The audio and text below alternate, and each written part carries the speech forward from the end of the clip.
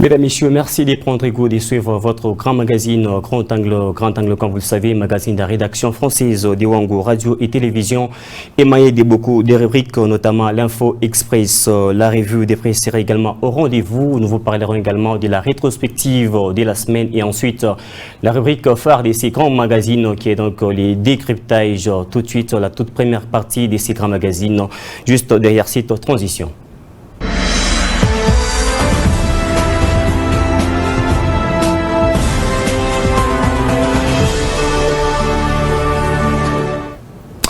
Vous l'avez certainement compris ensemble avec moi qu'il s'agit bel et bien de l'Info Express. Comme vous le savez, les agriculteurs de Samoukinda, village s'y trouvant à plus ou moins 15 km de la ville de Kolusi sur la route Zilo, sont montés au créneau ce samedi 5 septembre 2020. Délocalisés depuis janvier par une entreprise de la place sans être indemnisés, ces derniers ont exprimé leur mécontentement cité ce week-end. Suivez. Le thème de ces champs vraiment est malheureux. Pourquoi? Parce que l'année passée, la société TCC avait brûlé les champs de Samoukinda avec son usine d'acide. Arrivé là-bas, nous sommes allés contacter les services d'Agripel. Ils ont envoyé des agronomes pour prendre les mesures de champs. Il semble que la société avait versé l'argent au service d'Agripel et nous nous sommes présentés, nous étions présentés à cette époque-là au service d'Agripel pour toucher. On nous a dit là-bas par la commission de délocalisation provinciale que la société avait payé un petit rien pour les feuillages et que prochainement la commission de délocalisation va appeler toutes les sociétés environnantes pour cotiser l'argent et nous délocaliser. On a attendu sans suite et cette année, le 13 janvier, quelque chose comme ça, une autre explosion d'acide a retenti auprès de la société DCC. Service attitré de l'État au gouvernement, à l'Agripel pour faire part de cette situation. Ils sont encore revenus prendre les nouvelles dimensions des champs avec promesse de nous payer. Mais depuis lors, on était payés. On a fait des démarches au niveau du gouvernorat, du service d'agriculture et puis à l'Assemblée provinciale sans suite. Mais la TCC prétend qu'il avait, lors du premier paiement, versé tout l'argent de l'occasion et que c'est une mission provinciale qui a détourné notre argent et qui vient dans ces champs-là pour les raser. Comment est-ce qu'on peut raser nos champs pendant qu'ils ne sont pas encore dédommagés? C'est ça la raison de cette manifestation. Mesdames et Messieurs, Info Express aussi également cette page rouge. Désormais, ils ne seront plus appelés célibataires. Eux, c'est Madame Mira Ilunga ainsi que Monsieur Watson Kitoa, journaliste à Wango Radio Télévision, qui ont désormais accepté de briser les célibats. Et donc, ils se sont engagés, je voulais dire, pour la vie. C'était donc ce samedi 5 septembre 2020 à la commune d'Edilala. Sarah Katebe était sur place. Ilunga Mira, l'unique et la seule créature féminine pour qui les cœurs de Watson Kitoa a pu battre au milieu des filles de différentes tailles et couleurs, faisant la beauté de la RDC. Watson n'a porté son regard et son choix que sur Mira Ilunga pour en faire la seule reine au milieu de ses rêves. Brisant les liens des célibats, les deux ont choisi la commune de Dilala pour officialiser leur amour devant les membres des familles et l'officier de l'état civil. Plusieurs temps forts ont marqué cette cérémonie.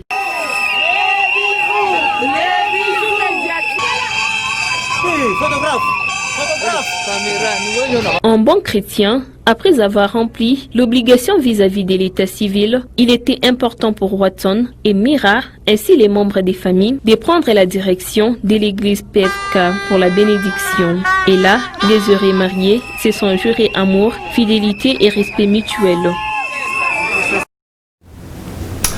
Mesdames et Messieurs, place à présent à la seconde rubrique des 6 grands magazines qui s'agit bel et bien de la revue des presse juste derrière cette transition.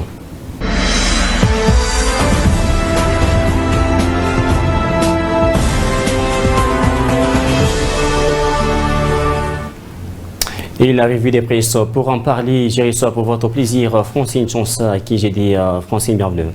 Merci Patient Kabamba et merci de nous choisir Wango Télévision pour être informés. Et voilà, aujourd'hui, nous allons essayer un peu de décortiquer de la manière dont nos amis de la presse en ligne ont essayé un peu d'analyser l'actualité au courant de la semaine qui s'est achevée. Et on commence déjà par les premiers titres qui dit Wangu Info qui titre la cité Jekamine Moussonoy d'ici peu, des rétablissements total d'eau potable sera au rendez-vous. Tout à fait, patient Kabamba. Bientôt, les habitants de la cité Jekamine Moussonoy pourront avoir l'eau potable en permanence. Les essais sur le rétablissement complet de cette denrée sont déjà terminés. Il ne reste que d'approvisionner cette cité Jekamine. C'est une lueur d'espoir pour les habitants de la cité Moussonoy qui ont passé plus d'une année sans eau potable. Après plusieurs démarches entreprises par les autorités provinciales, les habitants peuvent dès à présent se réjouir. L'eau pourra couler à nouveau dans leur cité. Et cette fois-ci, parlons de nos amis des forums désastres qui titre la paix des enseignants par Jean-Baudouin Mayo qui promet afin de concrétiser bien sûr la promesse de notre président de la République Félix-Antoine Tshisekedi Tshilombo sur la paix des enseignants nouvelles unités. Les enseignants dits nouvelles unités et non payés vont bientôt percevoir leur salaire. La promesse a été faite par Jean-Baudouin Mayo qui a promis de concrétiser la promesse faite par Félix Tshisekedi. Le vice-premier ministre en charge du budget l'a fait savoir au cours d'une réunion spéciale entre lui, son collègue de l'enseignement primaire, secondaire et technique, les experts des deux ministères et le conseiller spécial du chef de l'État en matière de l'éducation, a-t-il ajouté ce média en ligne. Et actualité.c des titres, je cite, les processus de la production, de la commercialisation de l'électricité obtenue par la transformation des gaz naturels par la Parenco s'accélère.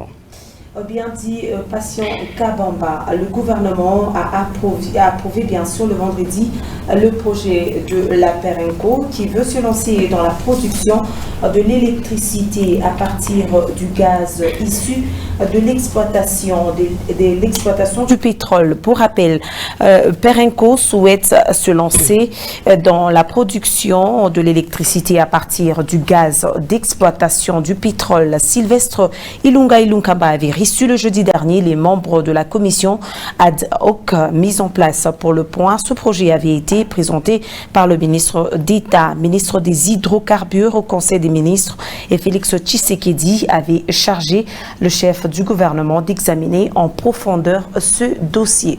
Et selon Zadimoy, ce titre au Katanga, détournement des fonds alloués à l'importation de la farine et Tony Munongo sous mandat d'arrêt provisoire. L'affaire Tony Munongo contre le gouvernement provincial du Haut-Katanga vient de prendre une autre tournure. Tony Munongo, après avoir été hospitalisé, a rejoint le centre pénitentiaire de Kassapa. Cette décision fait suite à une décision du procureur. Se fiant au rapport du médecin traitant, le procureur avait décidé, bien que le procès est toujours en cours, de sa détention depuis sa mise en examen fin juin 2020. Mais comme l'accusé avait prétendu être malade, il avait été interné au centre de santé. En attendant qu'il se porte mieux, il est poursuivi pour abus de confiance et détournement de fonds évalués à 1,3 million de dollars américains depuis juin dernier, a-t-il écrit ce média en ligne.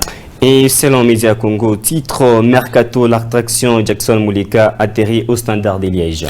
Nous sommes cette fois-ci en sport. Le jeune attaquant congolais Jackson Muleka est arrivé en Belgique le samedi dernier après un mois de la signature de son contrat. Le co-meilleur buteur de la Linafo Division 1 édition 2019-2020 a débarqué en Belgique chez les Roches des Standards du Liège où il est désormais lié pour les 4 prochaines années. Francine Sansan, nous vous remercions de votre passage dans le Grand Angle. C'est moi qui te remercie, patient Kabamba. Madame, Messieurs, place à présent à la rétrospective de la semaine qui vous sera présentée par Nananash Onombi.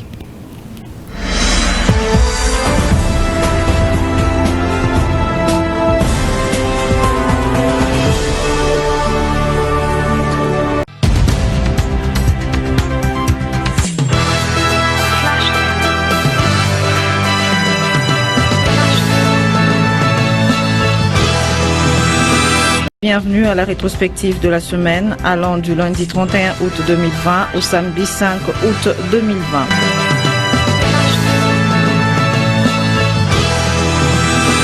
Lundi 31 août, Début des épreuves hors session des examens d'État, édition 2019-2020 sur toute l'étendue du territoire national. Au Lualaba, les GO avaient été lancés au complexe scolaire Ewabora par le gouverneur de province. Les agriculteurs du village Moulundu et Lualaba ont exprimé leur mécontentement. Ils ont barricadé l'entrée de l'entreprise LCS afin de réclamer leur indemnisation. Mardi 1er septembre. Arrivée du ministre national de l'énergie, Eustache Mubembe à Kolwezi, chef-lieu de la province du Lualaba, avec pour objectif de s'imprégner de la réalité de son portefeuille. Le 1er septembre de chaque année, le monde célèbre la journée de la prière. Au Lualaba, certains pasteurs ont donné l'importance de la prière dans la vie d'une personne. Mercredi 2 septembre. Seulement 5 sourds-muets présents aux épreuves préliminaires des examens d'État au Lualaba. Une situation qui illustre les problèmes de scolarisation de cette catégorie d'élèves. Un accident de circulation s'était produit à l'angle des arrêts résidences sur les boulevards Lumumba. Aucune perte en vies humaines n'était enregistrée. Jeudi 3 septembre. Après plusieurs mois de souffrances suite à la pénurie en eau potable, la population de la cité Jekamine Moussonoï a vu de nouveau leur robinet faire couler de l'eau. Début des travaux de réhabilitation des avenues Kassai, Kapenda et Likasi, situées au quartier Manika, dans la commune de Manika. Vendredi 4 septembre, les ex-habitants du village Mukumbi, qui se trouvait à 10 km de Kolwezi sur la route Tchoelo, ont fait deux tours à leur ancien village. Délocalisés depuis 2016 par Chimaf sans être indemnisés, ce qui serait à la base de leur mécontentement. L'équipe d'assainissement de la commune Manika déplore le comportement qu'affichent certains habitants de la cité malgré les multiples efforts fournis pour rendre propre cette commune. Le ministre national de l'énergie Eustache Mubembe a effectué une mission d'évaluation du barrage de Boussanga dans la province du Lualaba. Samedi 5 septembre, une page rose s'est ouverte à la radio-télévision Wango. Watson Kitwa, animateur des émissions gospel, s'est marié devant les hommes et devant Dieu pour les meilleurs et pour le pire. C'est la fin de notre rétrospective de la semaine. Merci à vous de nous avoir suivis.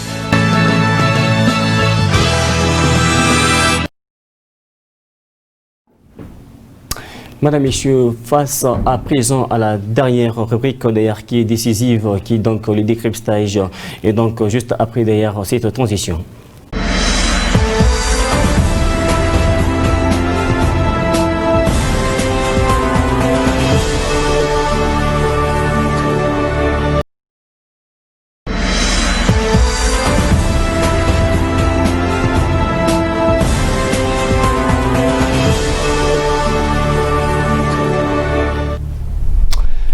Voilà, et donc déjà pour en parler dans cette rubrique des cryptages, je reçois pour votre plaisir monsieur Eric Moulonde. Je rappelle que c'est l'un des habitants du village Mukumbi à qui j'ai dit bienvenue dans Grand Angle. Merci. Et également je reçois pour vous monsieur Gauthier, membre de la société civile à qui j'ai dit bienvenue dans Grand Angle. Merci beaucoup. Déjà, la toute première question, madame, monsieur, comprenez que Grand Angle d'aujourd'hui sera purement on va essayer un peu d'être spécial parce que ça serait un peu bilingue. Alors, monsieur Gauthier, pouvez un peu nous passer un peu en revue, quand est-ce que vous êtes arrivé à Mukumbi? Monsieur Eric, voulez-je dire? Je suis arrivé à Mukumbi depuis 2010. Oui, à Mukumbi, vous étiez en train de faire quoi, s'il vous plaît? Donc à Mukumbi, j'étais en train de travailler, puis j'avais quelques activités commerciales à Mukumbi. J'avais mon champ là-bas et puis j'avais une maison en tôle à Mukumbi depuis 2010. Voilà, merci. Nous allons revenir peut-être à vous, monsieur Gauthier. Merci également d'avoir accepté notre invitation. Peut-être une question de savoir. Quels sont peut-être les processus pour, avant peut-être d'indemniser quelqu'un, soit de faire délocaliser quelqu'un d'un endroit à un autre? Merci beaucoup. Délocaliser quelqu'un veut dire déplacer quelqu'un. Ça signifie qu'il quitte endroit A vers l'endroit B. Et la loi elle est très claire par rapport à ça. il y a des processus qu'il faut suivre. La première des choses, vous êtes investisseur, vous êtes venu. Vous devez parler avec les gens que vous avez trouvés sur les lieux, que vous croyez commencer l'exploitation. Parce que c'est la loi qui prévoit que lorsque votre projet touche quelque part où les habitants occupent, où il y a les occupants du sol, vous devez commencer par parler avec les gens que vous avez trouvés. On appelle la consultation. Vous devez commencer par les consulter. Leur dire, voilà maintenant moi, je suis déjà titulaire d'un droit minier. C'est moi qui vais exploiter les périmètres X.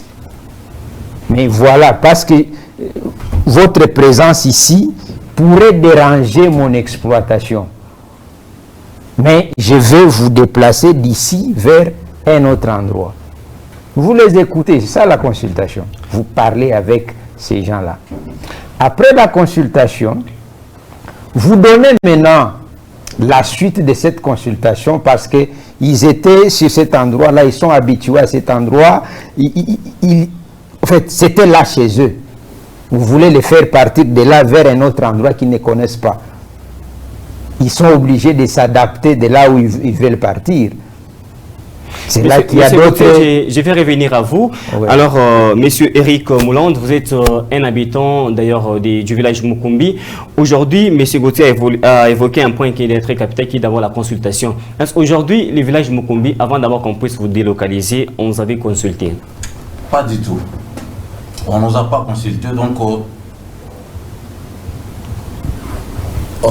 pas du tout, on ne nous a pas consulté. Donc, quand ils sont venus pour...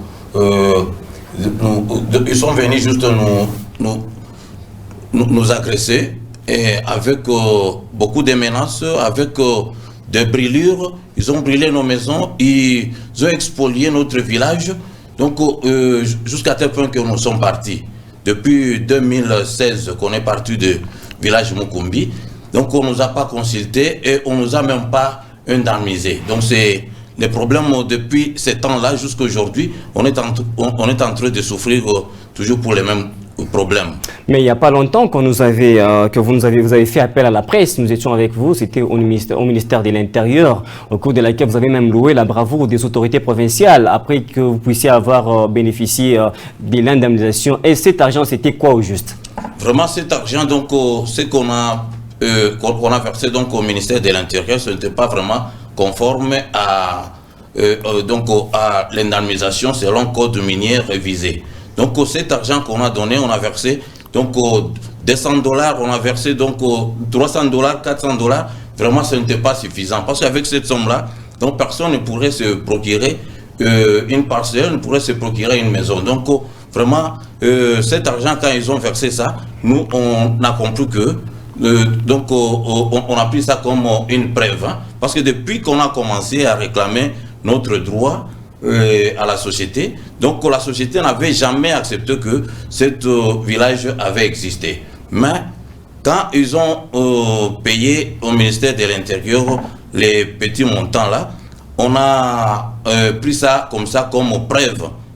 Maintenant là, c'était comme preuve de quoi, s'il vous plaît? Oui, preuve donc que le village avait existé. Parce que depuis le début là, quand on s'affrontait avec la société Chemaf, donc ils n'avaient jamais accepté que ce village avait existé.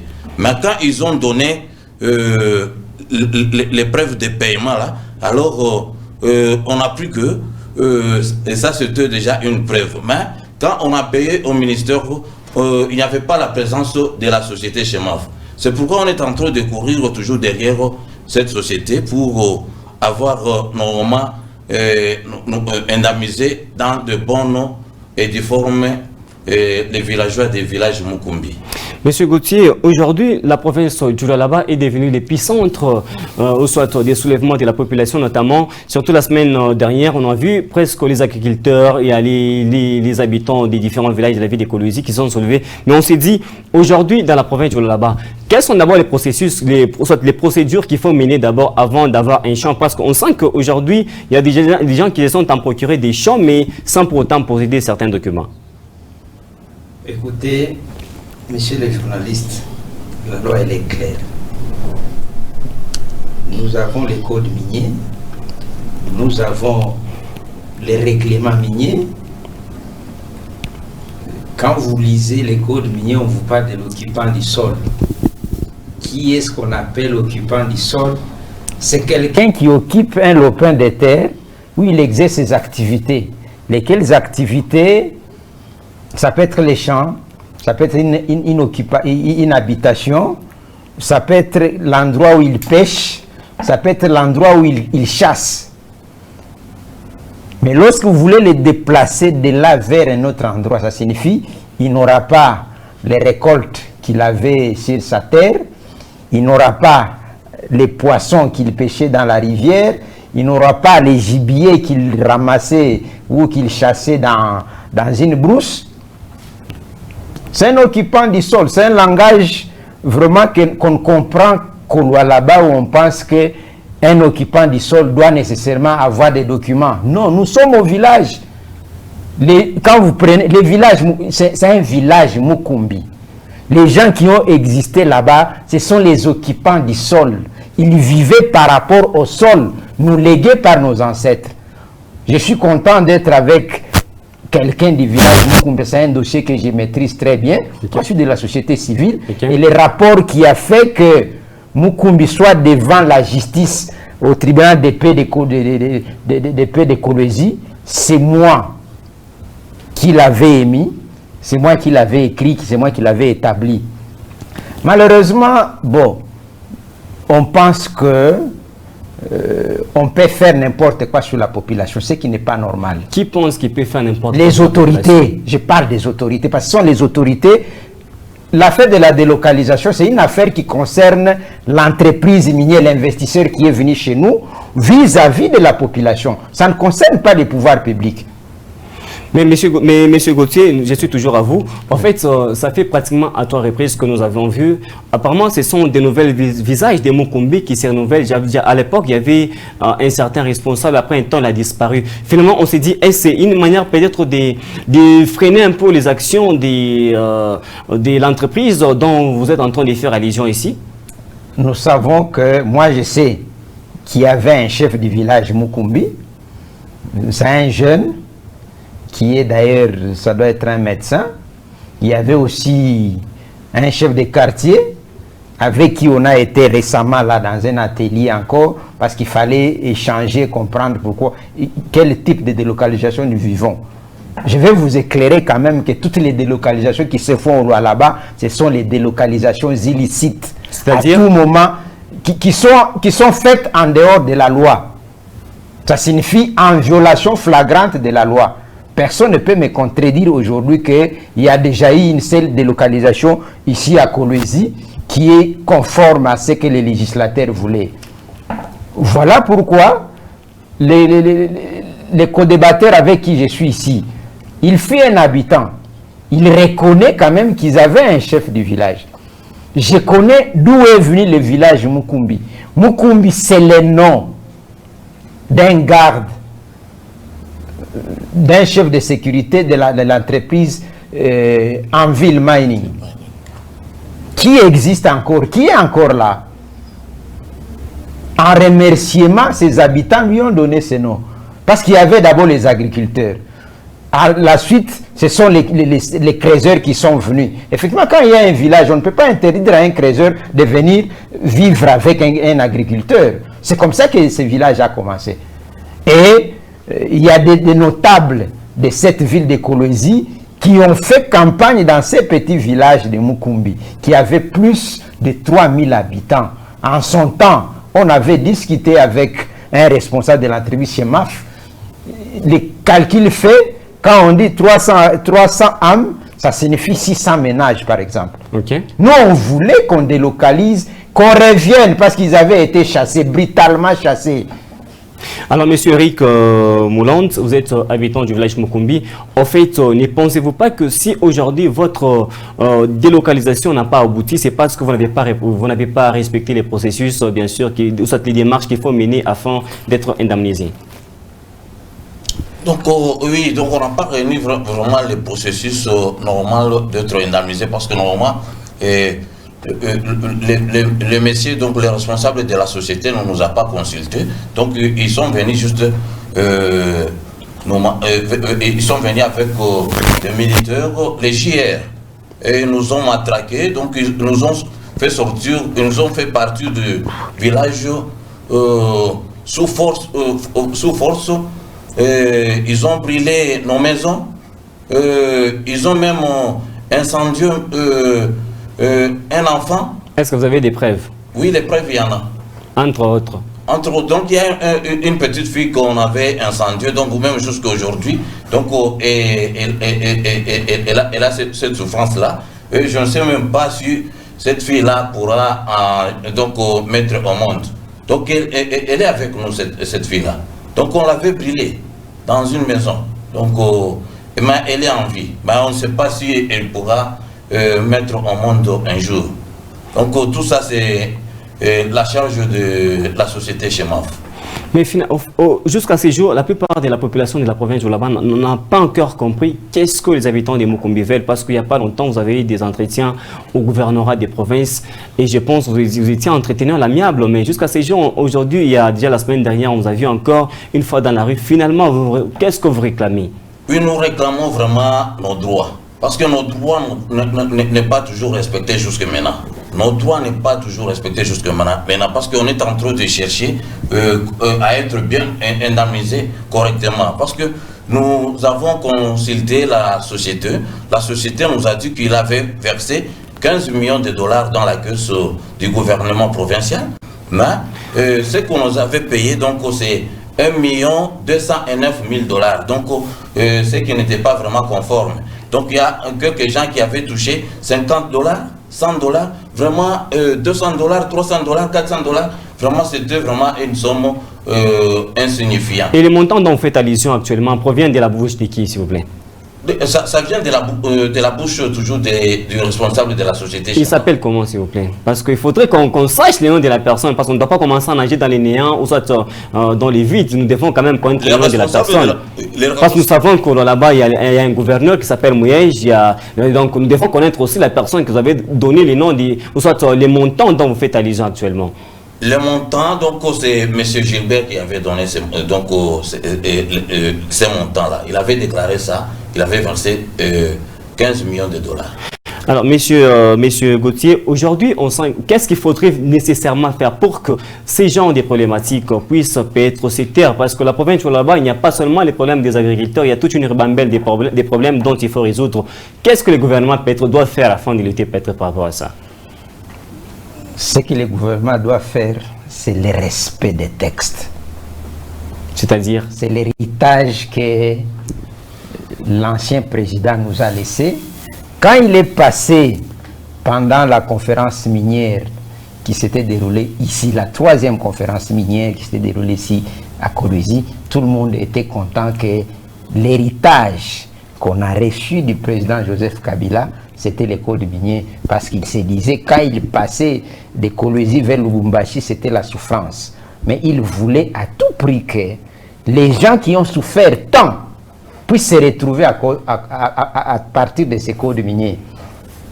Mais on se rend compte que c'est là-bas une province pilote où on viole davantage la loi portant code minier. Qu'est-ce que je voulais dire par là? Je prends juste l'exemple du village Mukumbi.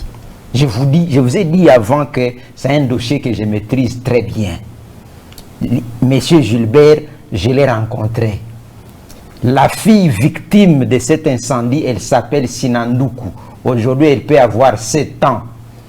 J'avais proposé à M. Gilbert si on pouvait faire soigner, chercher une chirurgie esthétique par rapport à cette petite demoiselle pour qu'elle recouvre un peu sa beauté.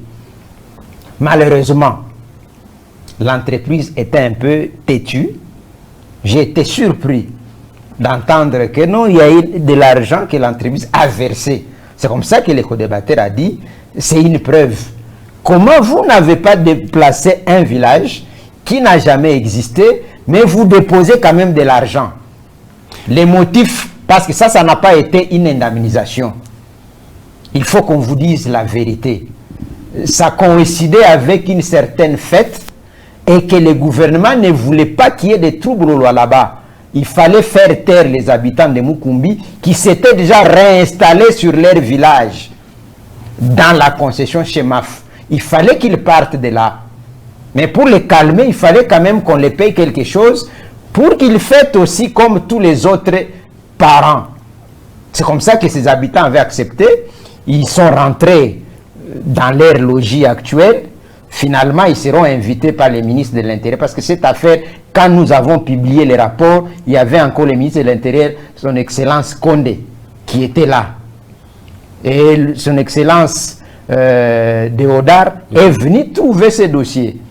Alors, monsieur Eric Moulande, aujourd'hui, la somme d'argent que vous avez perçue il y a de cela une année, cela signifie quoi pour vous? C'est de l'indemnisation ou bien vous appelez ça comment cette somme d'argent-là parce que vous aviez vraiment applaudi? Oui, vraiment, ça, ce n'était pas vraiment indemnisation. C'était quoi au juste? Ça, c'était vraiment, nous, on a pris ça comme une preuve.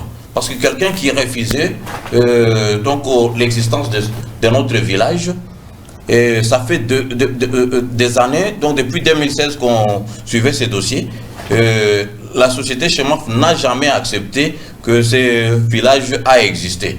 Mais maintenant, quand ils ont donné les $200, $300, $400, alors nous, on a pris ça comme une preuve. Parce qu'il a fini par accepter que ce village a existé. Parce que comment il a déboursé ce montant? Donc, qu'il disait auparavant que ce village n'avait jamais existé. Mais sur les documents, vous avez signé comment? Les documents est là. Les documents est là. Donc, il n'y avait même pas la signature de Chemaf. Il n'y avait même pas la signature de Chemaf. Et qui ont été les acteurs principaux donc, de ces documents alors? Donc, les acteurs principaux, donc il y avait le directeur des cabinets du ministère de l'Intérieur. Donc c'est lui qui était là. Et puis il y avait donc un représentant de la société civile. Donc ces montants, donc $300 qu'on a versé. Quelqu'un qui vous touche $300 et pourtant ici à Kolwezi, une petite parcelle là coûte $5,000. Alors $300, vous allez vous procurer une parcelle où? Vous allez vous procurer une maison où? C'est le montant qu'on avait versé aux gens. Alors, M. Gauthier, aujourd'hui, il y a certaines personnes qui pensent que les originaires même, soit de ces villages dont les gens font allusion actuellement, soit qui font objet des problèmes aujourd'hui actuellement, ne sont même plus là, ils sont déjà partis, chacun est en train d'évacuer vraiment à ses occupations. Et c'est donc les gens qui sont venus d'ici là, qui sont en train de s'aimer du trouble. Est-ce que vous partagez cet avis? Je ne partage pas cet avis. Au fait, les villages avaient été incendiés. Ces gens ne pouvaient pas se retrouver là-bas. Ça signifie que chacun devait se débrouiller et être quelque part où il devait vivre. Ce n'est pas parce qu'on a incendié ma hutte, parce qu'on a incendié ma case, que je ne peux pas continuer à vivre. C'est comme ça qu'ils se sont dispersés. Ça, c'est une vérité que personne ne peut ignorer. Malheureusement, les lois là-bas, notre province que nous aimons très bien, j'étais en train de vous dire là-bas, acte transactionnel d'indemnisation vous prouve que Chemaf n'a jamais été devant les habitants de Mukumbi. Moi, je vous ai dit, il ne les a jamais consultés. Voilà que même au paiement de l'indemnisation, là, Chemaf n'a pas été là. C'est certaines personnes véreuses qui se sont dit, non, on va terminer ces problèmes. Monsieur Chemaf, reste chez toi. Nous, on va terminer ces problèmes, nous serons devant. Ce qui n'est pas normal. Parce que, je vous ai dit, toutes les délocalisations faites au Lualaba, ce sont des délocalisations illicites, illégales, qui ne sont pas faites en respectant la loi.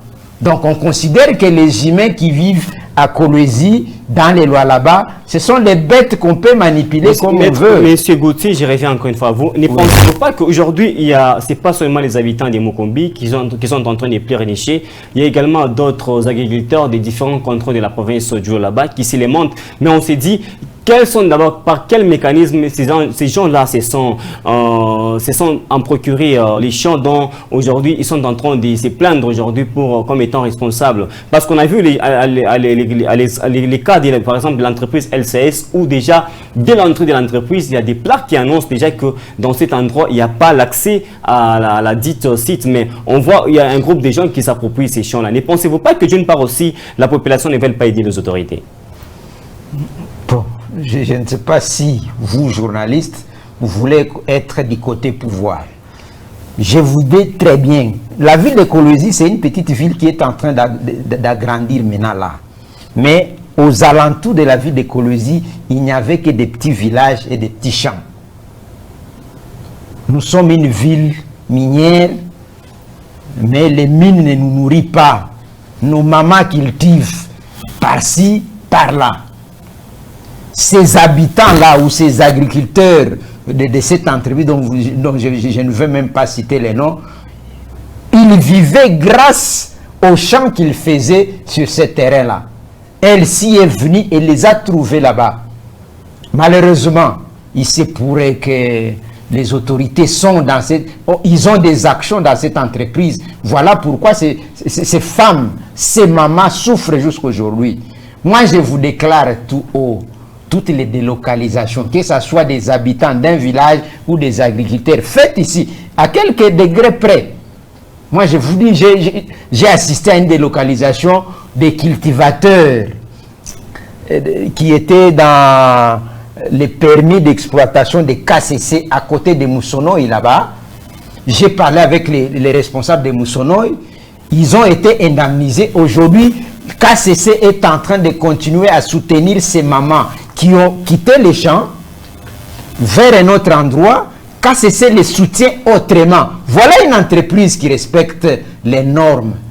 Mais il y a des entreprises qui sont farceurs, il y a des entreprises qui gérées par les roublards.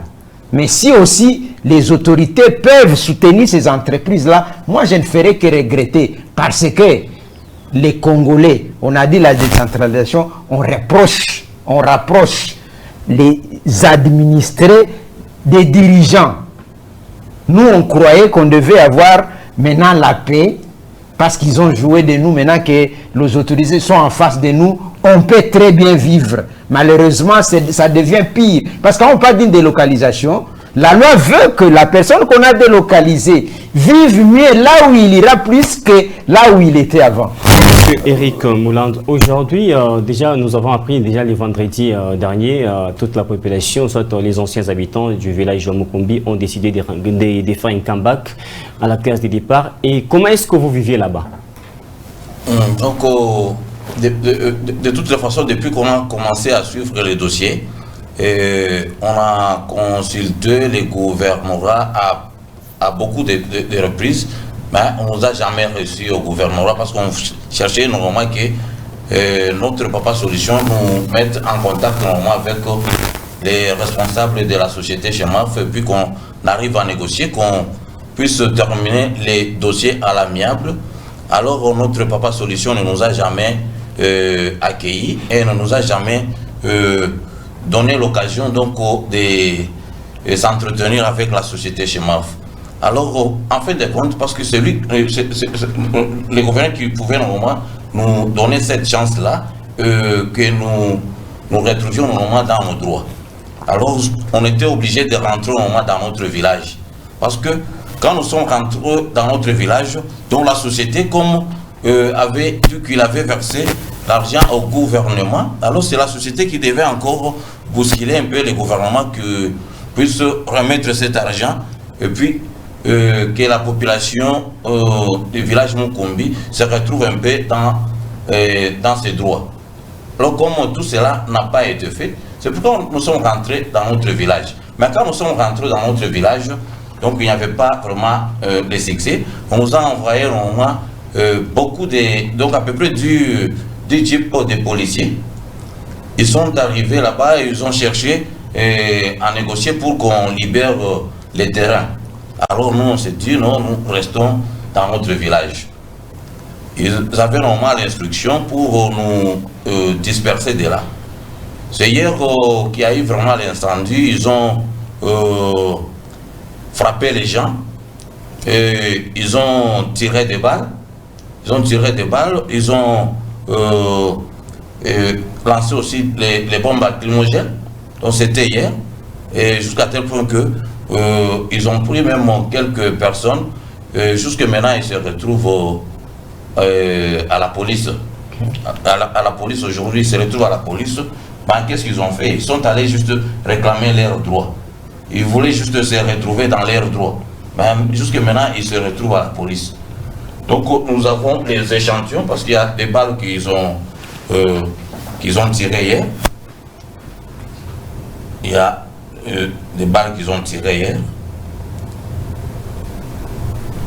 Donc il y a 2 balles qu'ils ont tirées hier. Il y a une bombe lacrymogène. Donc tout ça, ça s'est passé hier. Donc, et ne pensez-vous pas que c'est vous qui êtes allé à l'encontre de la loi, raison pour laquelle la société a voulu, ou soit la police a voulu peut-être sécuriser, certes qu'on doit sécuriser la population et également l'entreprise aussi parce qu'ils sont aussi les partenaires de la République démocratique du Congo. Vraiment, on n'est pas parti à l'encontre de la loi parce que nous sommes rentrés dans notre village parce que la société qui nous avait fait disperser de notre village ne nous a jamais indemnisés. Donc alors nous cherchons normalement notre indemnisation normale. C'est pourquoi nous sommes rentrés dans notre village. Donc là, on n'avait pas allé à l'encontre. Monsieur Gauthier, aujourd'hui, que doivent faire les habitants du village Mukumbi afin d'avoir gain de cause? Voilà pourquoi je vous ai dit qu'il y a l'illégalité, l'illicéité dans tout ce que le gouvernement fait. Ça, ce sont des balles réelles. Je suis surpris de voir qu'il y a eu des coups de balles qui ont résonné hier dans ces villages-là. Je ne peux pas encourager les habitants de Mukumbi d'aller déranger Chemaf, qui est l'investisseur que le Congo a besoin. Mais du moins, ce sont des humains. Il faut les traiter comme tels. Ils ont été brutalement délocalisés de leur village. Et aujourd'hui, on ne sait pas les retrouver. Ils sont où? C'est un village qui a existé, mais qui a disparu du fait de la brutalité du gouvernement national. Parce que ce sont les éléments de la garde républicaine qui avaient mis les feux sur les huttes ou les maisons de ces habitants-là. C'est une responsabilité de l'État congolais. Les habitants de Mukumbi, c'est une population sur qui toutes les autorités ici comptent pendant les élections. Et en 2011, les autorités ici, je prends à témoin même les responsables de la chaîne où je suis, ils sont passés là-bas battre campagne pour ces habitants-là. Ça signifie que ce sont des gens qui ont existé. Le village a existé. C'est vrai, la procédure avait été mal entamée. Pourquoi ne pas arranger? Pour qu'on... Parce que Mukumbi, c'est un cas. Du côté chez Mafla, il y a Ngonga, il y a Kaloulou, tous ces habitants, nous les avons. Moi, je vous invite, vous journalistes, passez dans notre cabinet. Je vais vous donner les rapports. Les rapports renseignent tout.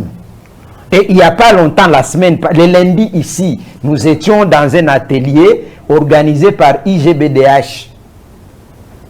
Du moins, une autorité de la place a reconnu que Chemaf, c'est parmi les entreprises têtues qui ne reconnaissent pas même pas l'autorité provinciale. Non, mais c'est Gauthier, je suis toujours à vous. Quand vous dites que Chemaf, c'est l'une des entreprises têtues de la ville, mais notre frère des Mukumbi venait de relever tout de suite là pour dire qu'on avait cité les montants dont Chemaf avait déboursé pour leur paiement. Ne pensez-vous pas qu'il n'y a pas soit de la transparence entre l'entreprise et les gouvernements? Il faut vérifier, moi je ne peux pas confirmer ce que l'entreprise a dit, parce que je sais que cette entreprise n'a jamais dit la vérité. S'il fallait que cette affaire soit résolue à l'amiable, je ne pense pas que l'affaire serait devant le tribunal. Vous savez, c'est suite au rapport que la société civile avait publié, que le gouverneur, se sentant mal à l'aise, il s'est dit, comment une entreprise peut se jouer d'une population? C'est le gouverneur lui-même qui avait initié que non, aller devant la justice. C'était devant la cour d'appel. Le parquet général qui instruisait les dossiers parce que, en ce qui concerne les conflits de terres, les tribunaux compétents, c'est les tribunaux de paix. C'est comme ça que les dossiers avaient été fixés au tribunal de paix de Kolwezi. Jusque-là, ce dossier est pendant. On ne sait pas comment ils se sont organisés pour mettre fin à ces dossiers. Mais je sais qu'il y a un dossier ouvert qui est pendant devant le tribunal de paix de Kolwezi par rapport aux habitants de Mukumbi qui ont été illégalement délocalisés de leur village. Aujourd'hui, ils souffrent. Moi, je reviens sur cette fille-là. C'est une petite fille. Aujourd'hui, elle ne peut avoir que 7 ou 8 ans. Mais elle va souffrir toute sa vie à cause de la barbarie des éléments de la garde républicaine en complicité avec l'entreprise Chemaf qui en son temps avait mis... Parce que, comme le co-débatteur le disait, Chemaf n'a jamais accepté que les villages Mukumbi avaient existé. Devant nous, il nous avait dit qu'il y avait un campement de creuseurs. Même un creuseur, c'est un humain, non? Quand vous voulez faire partir un creuseur d'un site où il exploitait vers un autre site, il faut le respecter. Moi, j'ai vécu les déplacements des creuseurs du site de Roche Mining vers 52 km, là où on avait enterré le premier ministre Lumumba. J'ai vu comment Roche Mining a respecté ces creuseurs-là. On les a donné de l'argent, on les a donné des mousses, on les a donné des sacs de farine pour les faire partir de là vers un nouveau site. Mais ce n'est pas parce qu'il est creuseur qu'il fallait brûler sa maison. Ce n'est pas parce qu'il était creuseur qu'il fallait le faire partir brutalement. Non. La province ici vit à 20% avec les recettes générées par les creuseurs.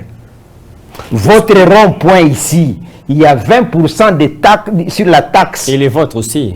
C'est notre. Moi, je dis parce que, comprenez-moi, c'est une émotion que je suis en train d'exprimer. C'est notre rond-point, mais son entretien, c'est grâce aux miettes que les creuseurs, les artisanaux payent. Donc, par rapport aux habitants de Mukumbi, rentrons, respectons la loi. Certes, ils ont été délocalisés avant la mise en exécution de la loi de 2018. C'était sous l'ancien code de 2002.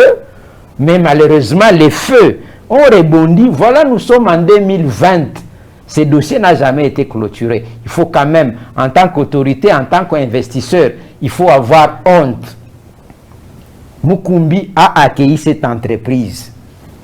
Elle gagne des bénéfices par rapport à la terre que ses habitants ont habité. Le gouvernement provincial aussi, il y a les services qui allaient faire payer certaines taxes dans ces villages parce que avant de clôturer notre rapport, nous avons eu, parce qu'il y a des preuves, il y avait certaines taxes que certains services allaient faire payer dans ces villages. Alors, Monsieur Gauthier, je vais revenir peut-être à vous.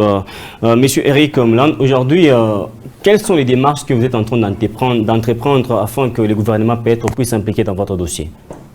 Les démarches qu'on est en train de fournir, donc nous voulons donc juste attendre notre gouverneur, notre papa solution qui réfléchisse un peu sur ce dossier, nous remettre vraiment dans nos droits. Parce que c'est lui notre parrain, c'est lui notre papa. Donc c'est lui l'entreprise Chemaf.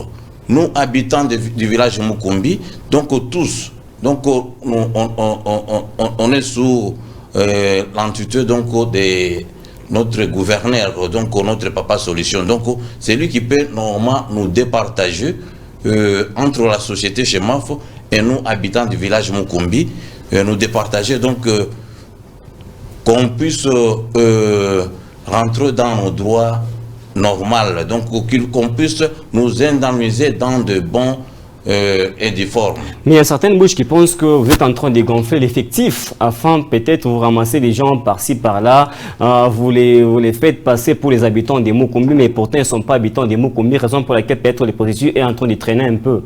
Donc c'est faux et archi faux. Donc on avait déjà annoncé bien avant, même quand on indemnisait les gens, donc au ministère de l'Intérieur. On avait informé et puis on avait même écrit des lettres disant que il y a les gens qui étaient loin de la ville quand on faisait les recensements. Mais ces gens-là avaient habité le village Mukumbi. Avaient habité le village Mukumbi, mais quand on faisait les recensements, ils n'étaient pas là. Par exemple, mon cas à moi. Moi, j'ai habité le village Mukumbi. Quand on faisait les recensements, j'étais très loin, j'étais à Kabalo. Mais quand je suis rentré, j'étais obligé aussi de réclamer à mon chef. Parce que moi, je n'avais pas touché. Maître Gauthier, aujourd'hui, vous avez écouté M. Eric Mouland. Il vient d'évoquer un aspect très capital. Aujourd'hui, il y a certaines personnes, parce qu'il avait habité Mukumbi, il a quitté Mukumbi, il est allé s'installer ailleurs et qu'il a appris qu'on est en train d'indemniser ses amis et cherche à rentrer. Est-ce aussi, c'est une façon aussi de faciliter également les autorités à s'impliquer dans ces dossiers, ou soit c'est une façon aussi de chercher à escroquer l'entreprise et de l'autre part aussi à chercher un peu à nuire à la réputation des autorités, quoi. Bon, je ne sais pas comment aujourd'hui ça devient une nuisance aux autorités de la place. Parce que c'est une affaire qui concerne l'entreprise et les villages. L'État congolais ou les gouvernements provinciaux ne pouvant intervenir que comme facilitateur. Ce n'est pas une affaire qui concerne les gouvernements provinciaux. Malheureusement, bon, par gourmandise ou quoi, aujourd'hui on m'apprend qu'il y avait 15 millions. Et quand on vous parle de 15 millions, je comprends que l'entreprise s'était dit, par rapport à notre document, 15 millions divisé par 600 ménages, chaque ménage devait toucher 25 000 $. Vous comprenez? Si jamais les montants prononcés par les co-débatteurs, sortis de la bouche de M. Gilbert, qui est responsable de Chemaf, est vrai et qu'elle avait été déposée au gouvernement provincial. Donc moi je dirais que c'est une mauvaise foi du gouvernement provincial. Sinon, il n'y aurait pas de cri. Certes, moi je suis de la société civile. Nous avions les listes, y compris de ceux-là qui n'ont pas été à Colosie au moment où nous avons commencé le travail. Mais chez Mouland est sur cette liste-là. Nous savons qu'il y avait plus de 3000 personnes, soit 600 ménages qui existaient, qui a été témoigné même par les autres chefs Ngonga, Kaloulou, parce que l'école que tous ces villages étaient en train de fréquenter était à Mukumbi. Les dispensaires, c'était, sauf les cimetières qui n'ont pas existé à Mukumbi, tous les gens qui mouraient à Mukumbi devaient être enterrés du côté Ngonga. Les creuseurs qui sont là, ils se faisaient soigner au village Mukumbi dans un centre de ces chefs de localité là. Donc, qu'est-ce qu'il faut faire aujourd'hui? Rappeler l'entreprise Chemaf de revenir à la bonne raison. Si elle avait déjà déposé les 15 millions, rappeler le gouvernement provincial à donner cet argent aux vrais destinataires. Parce que si les 15 millions, l'entreprise devait payer illégalement ou légalement 10% par rapport à la facilitation du gouvernement provincial. Mais pourquoi bouffer sur la tête des gens qui souffrent? Vous avez autant de taxes qui vous amènent de l'argent. Vous avez autant de dons qu'on vous amène comme gouvernement. Laissez aussi les gens vivre normalement. Parce que, je reviens sur ces mots, l'illicéité de délocalisation au Lualaba fera que les autorités ne seront jamais en paix parce que ce sont des conflits qu'ils gèrent. Un conflit latent, il faut faire attention pour que ces conflits soient finis. Faute de quoi, même après votre mandat, ces conflits surgira toujours jusqu'à ce qui vous emporte même dans la tombe, ce qui n'est pas bon. Monsieur Eric Mouland, peut-être un mot de la fin avant de clore complètement ces grands magazines. Qu'est-ce que vous recommandez aux autorités provinciales dans votre affaire? Surtout qu'aujourd'hui, déjà les vendredis, tout le monde a été dispersé. Voilà, aujourd'hui, qu'est-ce que vous attendez des autorités de la province? Certes qu'ils font l'arbitre, ils ne sont pas du tout concernés parce que vous êtes en train de se battre contre Chemaf et non pas contre le gouvernement provincial.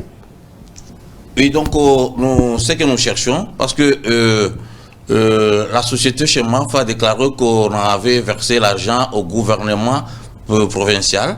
Donc, alors nous demandons vraiment au gouvernement provincial de pouvoir retourner cet argent remettre dans la main des habitants de Mukumbi qui se retrouvent dans leurs droits.